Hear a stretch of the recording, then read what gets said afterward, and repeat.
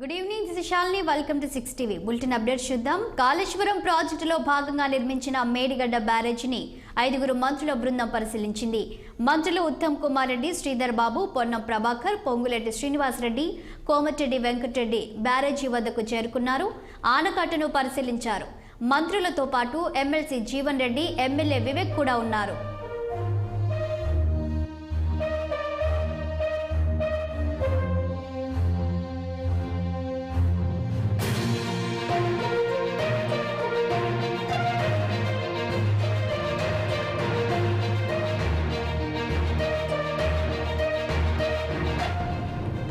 గత ప్రభుత్వం నిర్మాణంలో రూల్స్ పాటించనందుకే కుంగిపోయిందని మంత్రి పొంగులేటి శ్రీనివాస్ అన్నారు.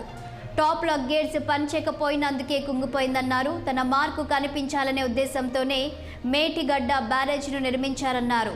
ఈ ప్రాజెక్టు ఖర్చు ప్రతి పైసా కూడా అప్పు చేసి గత ప్రభుత్వం ఖర్చు చేసిందన్నారు. ఇప్పుడు ఆ సొమ్ముకు మార్కెట్ రేటు కంటే 12% ఎక్కువ వడ్డీ కడుతున్నామన్నారు. 1,00,000 కోట్లతో 50 టీఎంసీలు ఎత్తిపోస్తున్నారన్నారు. కాళేశ్వరం డ్యామేజ్ కావడం దురదృష్టకరమన్నారు. అయితే కాదు, నేనేమి ఇంజనీరింగ్ చదువుకొని ఇప్పుడు నేను ప్రశ్నించే డిపార్ట్మెంట్ని నేను అడగటంలా, ఒక లేమ్యాన్గా ఎప్పుడైతే ఈ బ్యారేజీ కుంగిపోయిందో, ఇంకొక బ్యారేజీ వర్టికల్గా నెర్రలిచ్చిందని ప్రజలకు తెలిసిన తర్వాత ప్రజలలో రచ్చబండ లాంటి ప్రాంతాల్లో చర్చ జరుగుతున్నది. మిమ్మల్ని నేను అడుగుతున్నాను కొన్ని పాయింట్లు. మొదటిది, రాష్ట్రం విభజన జరగక ముందు ఆనాడున్న ప్రభుత్వం, కాంగ్రెస్ ప్రభుత్వం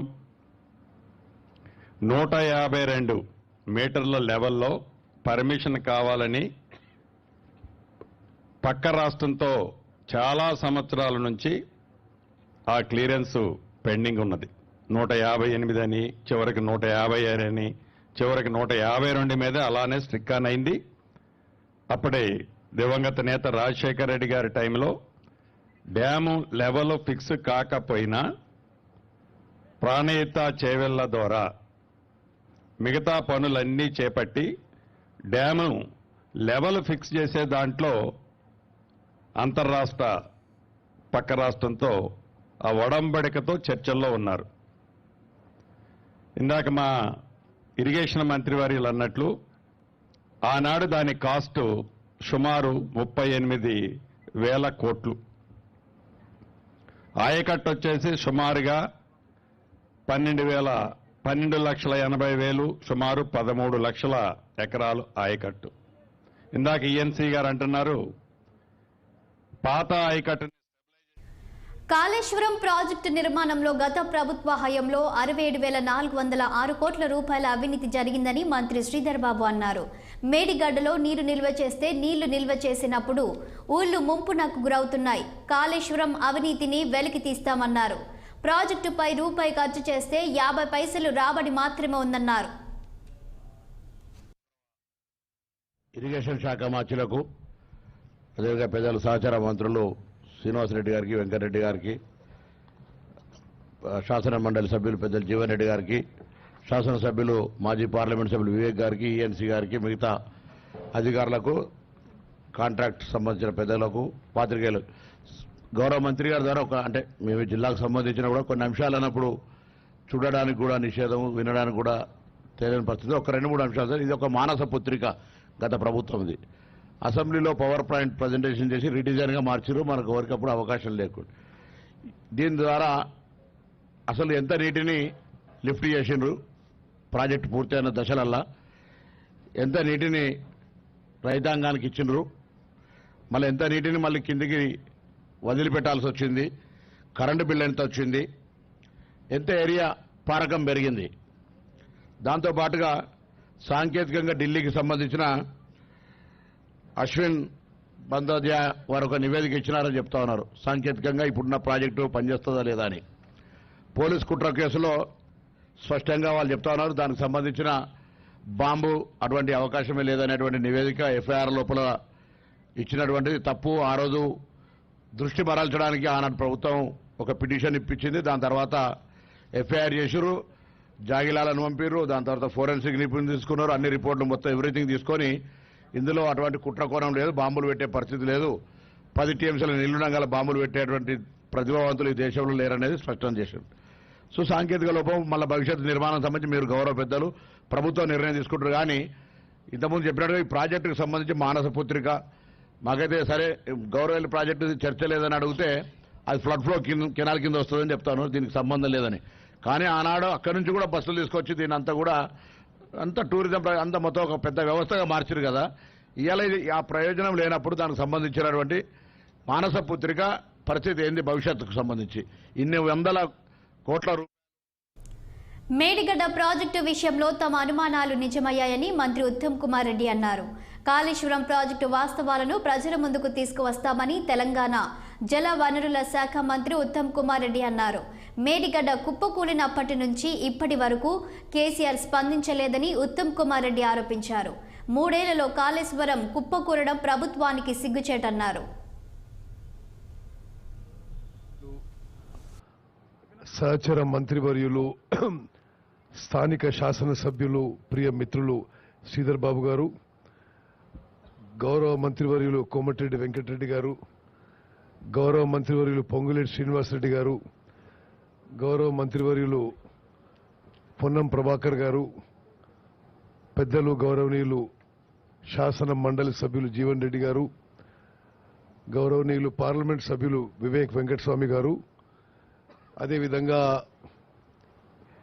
ఇంజనీర్ ఇన్ చీఫ్ మురళీధరరావు గారు, ఇతర ఇంజనీర్లకి, అదేవిధంగా ఎల్ఎన్టీ, నవయుగ, ఆఫ్కాన్ సంస్థల సీనియర్ ప్రతినిధులకి, మరి ఇక్కడ చేసిన ప్రజాప్రతినిధులకి, జిల్లా కలెక్టర్ గారికి, ఎస్పీ గారికి, ఎంతో కష్టపడి ఇంత దూరం హైదరాబాద్ నుంచి కరీంనగర్ వచ్చేసిన నా మీడియా మిత్రులందరికీ కూడా నమస్కారం. ఈరోజు మేము ఈ Medigadda barrage visit inspection programme పెట్టుకున్నాం. కాళేశ్వరం ప్రాజెక్ట్ విషయంలో మా పార్టీ అభిప్రాయం మొదటి నుంచి ఒకటిగానే ఉంది. ప్రాణహిత చేవెళ్ల ప్రాజెక్టు ఆనాడు కాంగ్రెస్ ముఖ్యమంత్రి రాజశేఖర్ రెడ్డి గారు శంకుస్థాపన చేసినప్పటి మీకు ఒకసారి ఆ అంకెలు కూడా చెప్తాను. 38 కాళేశ్వరం ప్రాజెక్టు గత ప్రభుత్వం మానస పుత్రిక అని మంత్రి పొన్నం ప్రభాకర్ ఆరోపించారు. కాళేశ్వరం కోసం ఎంత విద్యుత్ వాడారో చెప్పాలని ప్రశ్నించారు. ప్రయోజనం లేకుండా పెట్టిన పెట్టుబడితో కేసీఆర్ మానస పుత్రిక పరిస్థితి ఇప్పుడు ఏంటని గత ప్రభుత్వంపై ధ్వజమెత్తారు. ప్రాణహిత పూర్తయితే కాంగ్రెస్ కు పేరు వస్తుందనే గత బీఆర్ఎస్ ప్రభుత్వం కాళేశ్వరం చేపట్టిందని ఆర్ఎండ్బీ మంత్రి కోమటిరెడ్డి వెంకటరెడ్డి ఆరోపించారు. తమ్మిడిహట్టి వద్ద 3000 ఎకరాలు సేకరించి ఉంటే గ్రావిటీతో నీళ్లు వచ్చేవని తెలిపారు. కాళేశ్వరం ప్రాజెక్టు విషయంలో కేసీఆర్ ఇంజనీర్ల సలహాలు తీసుకున్నారా, ఆయనే చీఫ్ ఇంజనీర్గా చేశారని ప్రశ్నించారు.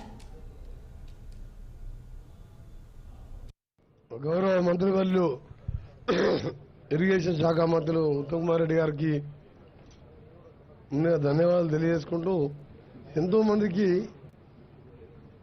అక్టోబర్ 21 తర్వాత ఎంతో మందికి ప్రాజెక్టు మీద అంతకుముందు ఏదో అద్భుతమైన కట్టడాలు, టూరిస్ట్ పాయింట్గా ఏదో పేరున్న ప్రాజెక్టులు జరిగిన అక్టోబర్ 21 సంఘటనతో యావత్ ప్రజలు ఉలిక్కిపడడంతో పాటు దాని మీద ఎన్నో అనుమానాలు వచ్చినాయి. ఈ సమయంలో ప్రభుత్వం చేంజ్ అయిన తర్వాత ఉత్తమ్ కుమార్ రెడ్డి గారు ఇప్పటికే 2-3 సార్లు రివ్యూ చేసుకొని మళ్ళీ ఈరోజు రివ్యూ పెట్టడం, దీని మీద ఏంది విషయం అని ప్రాజెక్టుగా తెలుసుకోవడం చాలా సంతోషం. వారికి ధన్యవాదాలు తెలియజేసుకుంటూ, అలాగే గౌరవ మంత్రివర్యులు శ్రీనివాసరెడ్డి గారు, గౌరవ మంత్రివర్యులు ప్రభాకర్ గారికి, వివేక్ భాయ్ గారికి, జీవనన్న గారికి, ఈఎన్సీ గారు, ఒకటే ఈఎన్సీ గారు నాకు ఒకటే 2-3 క్లారిఫికేషన్ ఎక్కువ నేను స్పీచ్ చేయదలుచుకోలేదు. మాకు మొత్తం ప్రాజెక్టు గురించి పూర్తిగా ఐడియా ఉన్నది. ఎందుకంటే 2004 కాళేశ్వరం ప్రాణహిత చేవెళ్లలో మొదలుపెట్టినప్పుడు కూడా నేను ఇరిగేషన్లో మీ అన్ని సబ్జెక్టులో కూడా అప్పుడు నేను గౌరవ అప్పటి ముఖ్యమంత్రి ఎవరు నన్ను ఇన్వాల్వ్ చేసి ఆ ప్రాజెక్టులో విజిట్ పంపించున్నాం. అసలు 9 దగ్గర మీరు కట్టడానికి అప్పుడున్న గవర్నమెంట్లో సబ్మిట్ చేయేది 3000 ఎకరాలు చిల్లరనే. అప్పుడు కన్విన్స్ చేసేదానికి అవకాశాలు ఉండే. ఫడ్నవీస్ గారు ముఖ్యమంత్రిగా ఉండే, అంతకుముందు ఆయన ఎగనైజ్ చేసినప్పుడు ఆపోజిషన్ లీడర్ ఉండే.